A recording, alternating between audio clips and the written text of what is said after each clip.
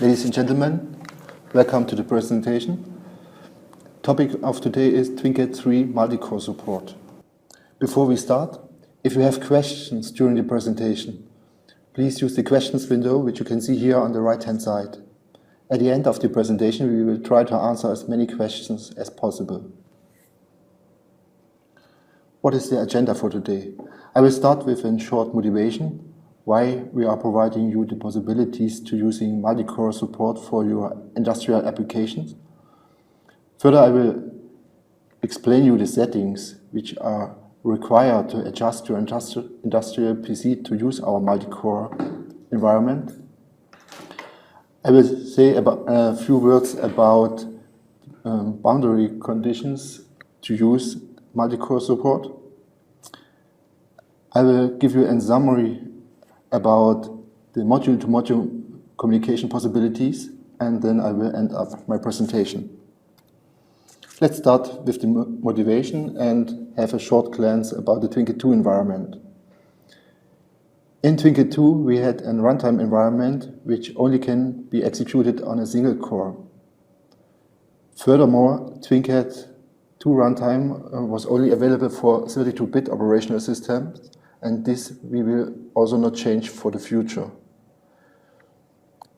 Of course, it could be required that you change the core in which the TwinCAT 2 environment will be executed, and you can do so by using a special registry key which provides an affinity mask. Okay, a few words about state-of-the-art in our processor technology which you can find in our industrial PCs which we provide. In the industrial PC C6670 we provide two motherboards of the type or of the architecture Intel Xeon with up to 18 physical cores per motherboard, which means overall you have in this industrial PC 36 cores for a real-time application. Also in the high-end area we provide Core E CPUs of the Haswell architecture with up to 8 physical cores. In the mid-range we provide Intel Atom CPUs of the Bay Trail architecture with up to 4 physical systems cores. And also for our ARM architecture we will in near future provide multi-core systems. This means the number of cores which are available for a real-time application will increase. The clock rate will only slowly increase in near future. By using some information which we got from the company Intel, we have depicted this diagram with our assumption for the near future. And as you can see here, in year 2020, we believe that Intel will provide a motherboard with a processor with up to 128 cores. If you look in the actual time frame, then you have seen one slide before that we already provide a motherboard with two processors with 18 cores, so which means our assumption at the moment totally fits to this diagram. Of course, we have done a lot of benchmarking to explain why we are doing multi-core support. So what you can see here are the results of a PLC Open benchmark. In this benchmark, the number of instructions counted via time.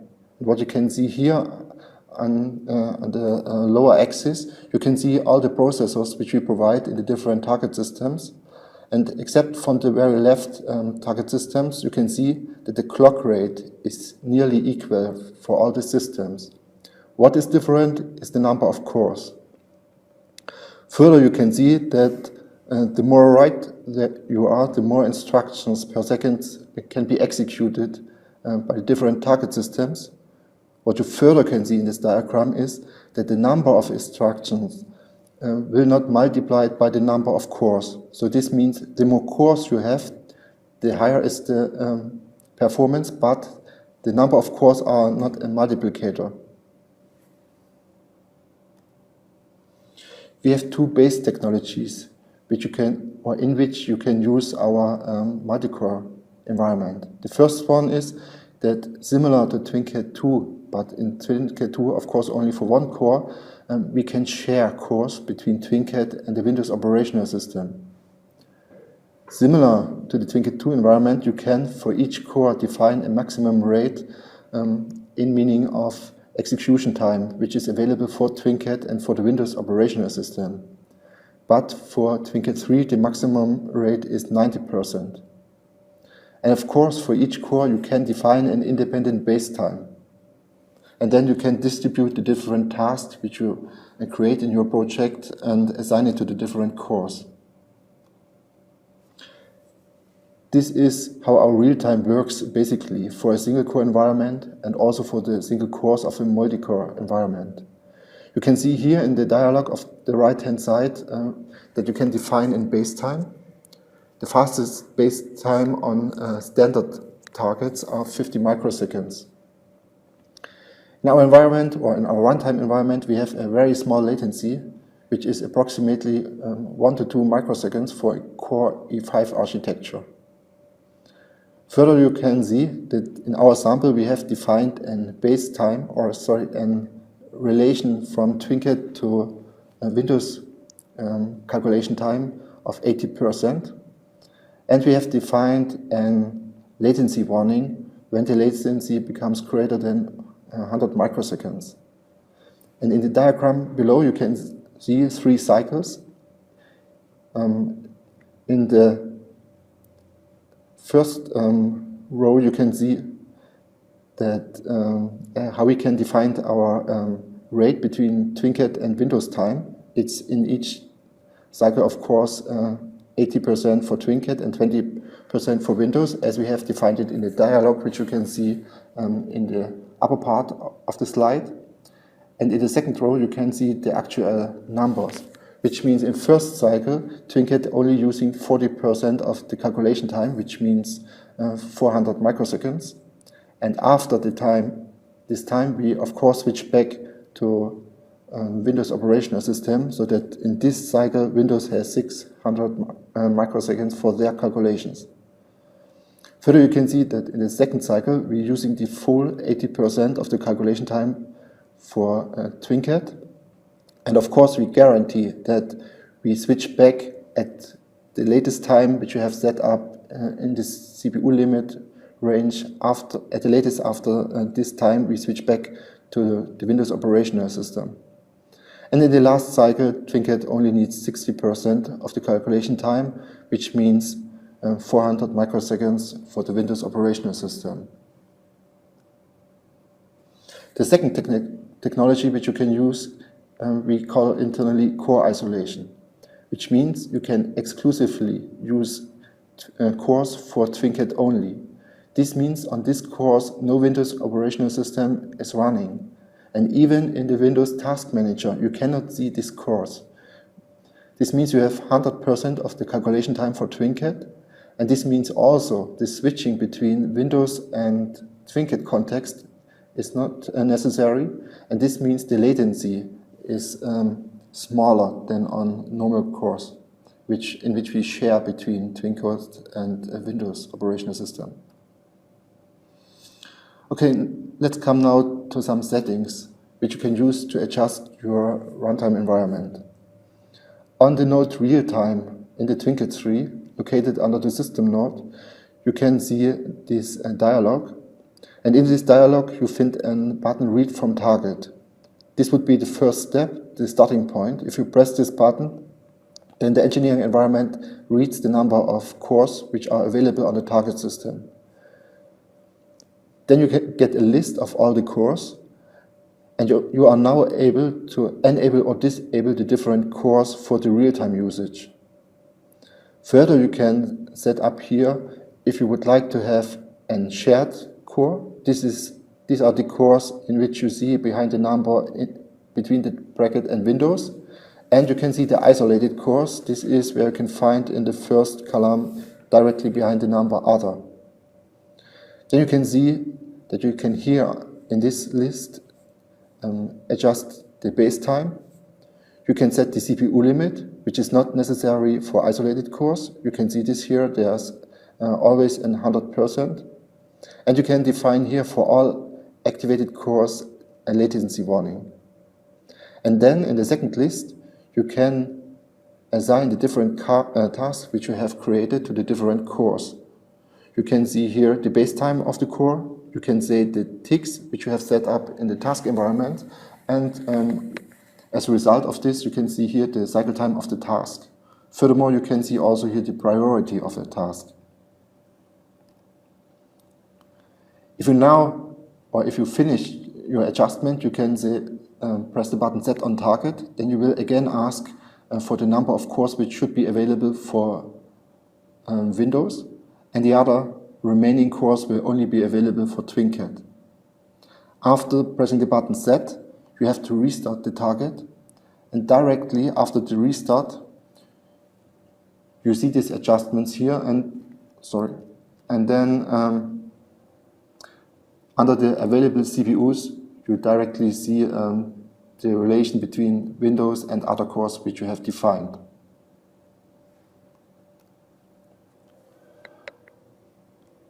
For all the cores you can independently define if this core can be used for real time or not, and you furthermore can define a default core. The default core is this core in which tasks which you create automatically will assigned. You can of course change this. You will see this in one slide. Here's an example for a TwinCAT configuration without isolated cores in the upper part.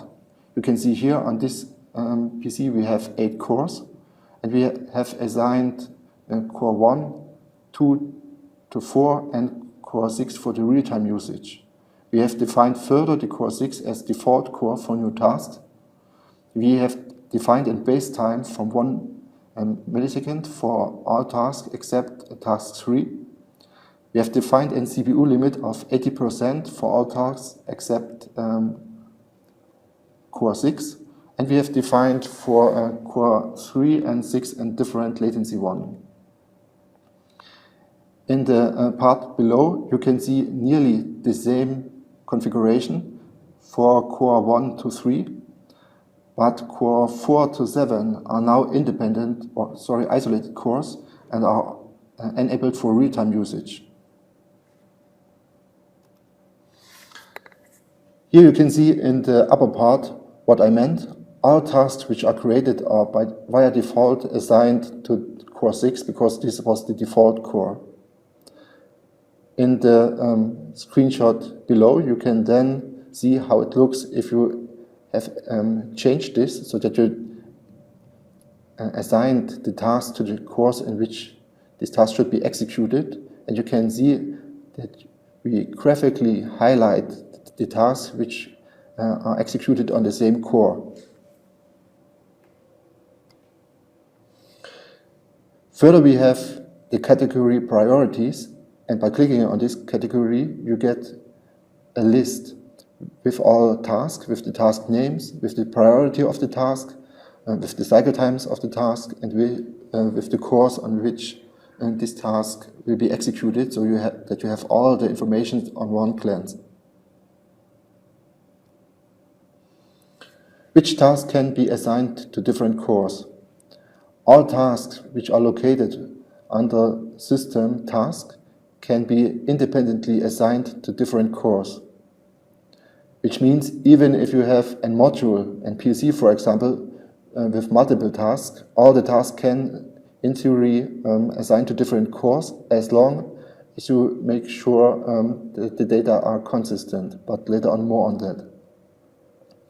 Further, you can see that here in the motion part, for the CNC, you can also assign the different tasks to the different cores. Only for the NC, all the different tasks, which means the SEF and the SVB task, has to be on the same core. They can be on other cores, they have not to be on the default cores, but both of these tasks have to be on the same core.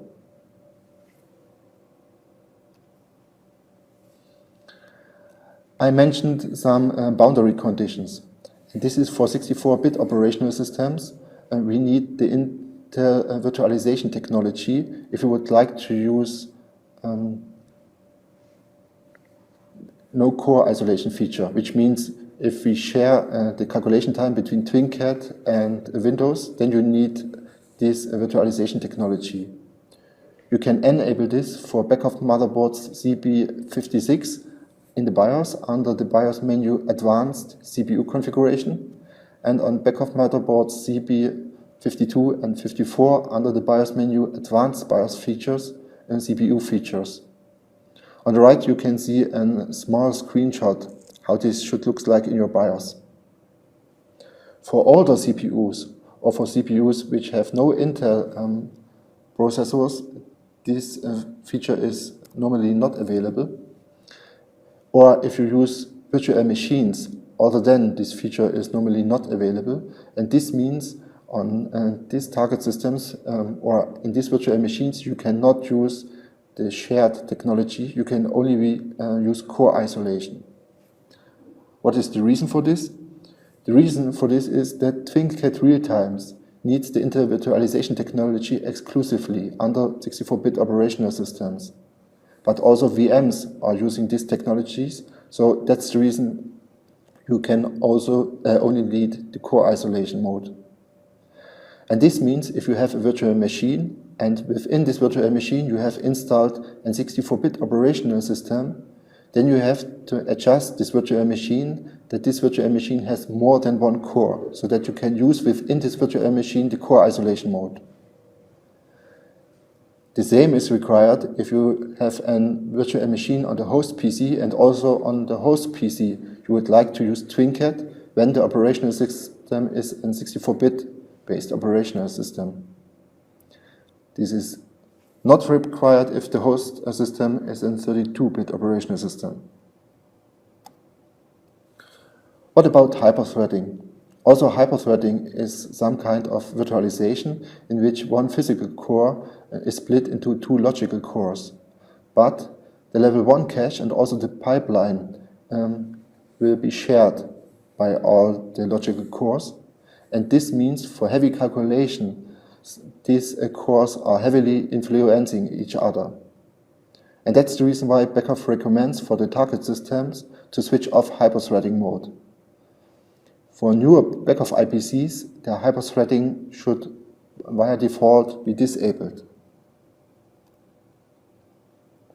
Okay, you have heard now that you can enable or disable the different cores. You have heard that you can assign the tasks you have created to the different cores.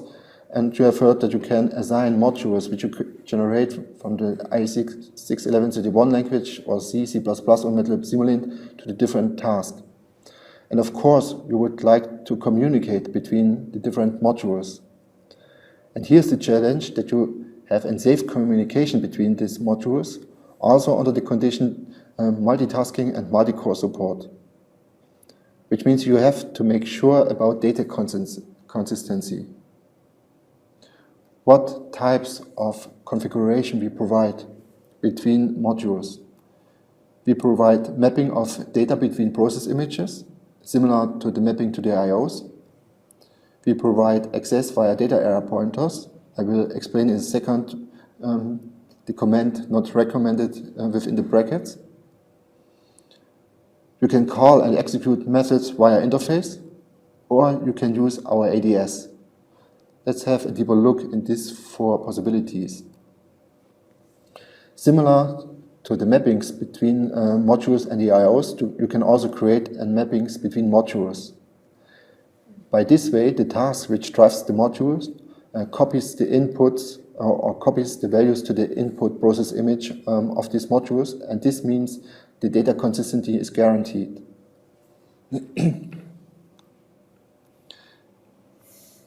If you are using data area pointers, then the module directly pointing in the process image of another module. And as long as the programmer from these other modules do not know about that you are having access to the process image via data pointers, this programmer may be not using all the technologies like critical sections, or for the PC programmers, the SEMA function block or the test and set function block, which means the data consistency cannot be guaranteed. If you are also the programmer from the other module, then you can of course make sure about this data consistency, and then you can use also data area pointers. Data area pointers were initially also created because of the application areas of image processing and so on. In these application areas, you really need a picture which is a lot of data, and maybe in another project you can calculate something in this picture. And to not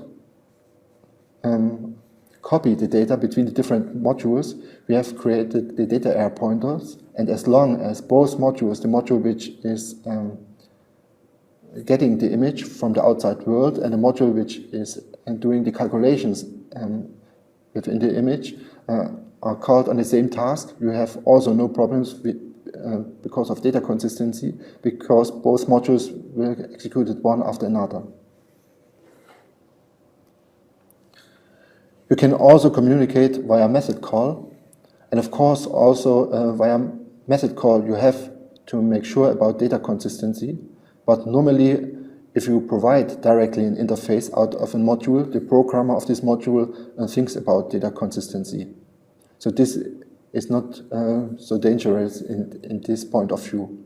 But of course also here you can or you have to use critical sections for the C++ programmers, or the SEMA function block or the test and set function block for the PLC programmers.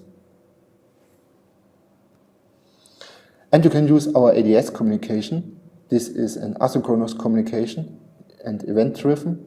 You can use an ADS client or server within your modules. And you can also communicate over network boundaries in vertical and horizontal directions. But this is not real-time capable, but on the other hand, the data consistency is guaranteed. Okay, let's sum up this presentation.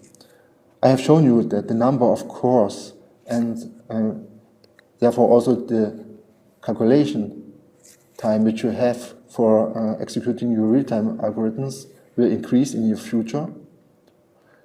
And I have shown you two technologies, the shared mode or the core isolation mode, which you can use to get more calculation speed. But you have to know that the performance is increasing, but that the factor of the cores is not a multiplier. And of course you can use all the multi-core technology to get the best performance for your real-time application, and we already providing industrial PCs with up to 36 cores. Okay, that's so far for the presentation. Do you have any questions?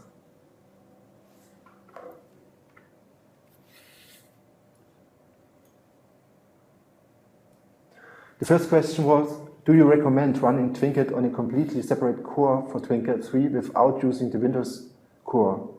My answer is, if you have enough cores, then the answer is yes. Because I mentioned that then the context switching between TwinCAT and Windows context is not necessary, which means the jitter is less and you have 100% of the calculation time. The next question was, will a recording of this video will be available to us? Yes, this will be available in some days under www.beckhoff.com/webinar.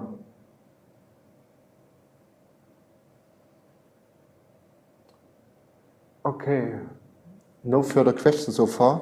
Then I would like to thank you for your attention and wish you a nice day.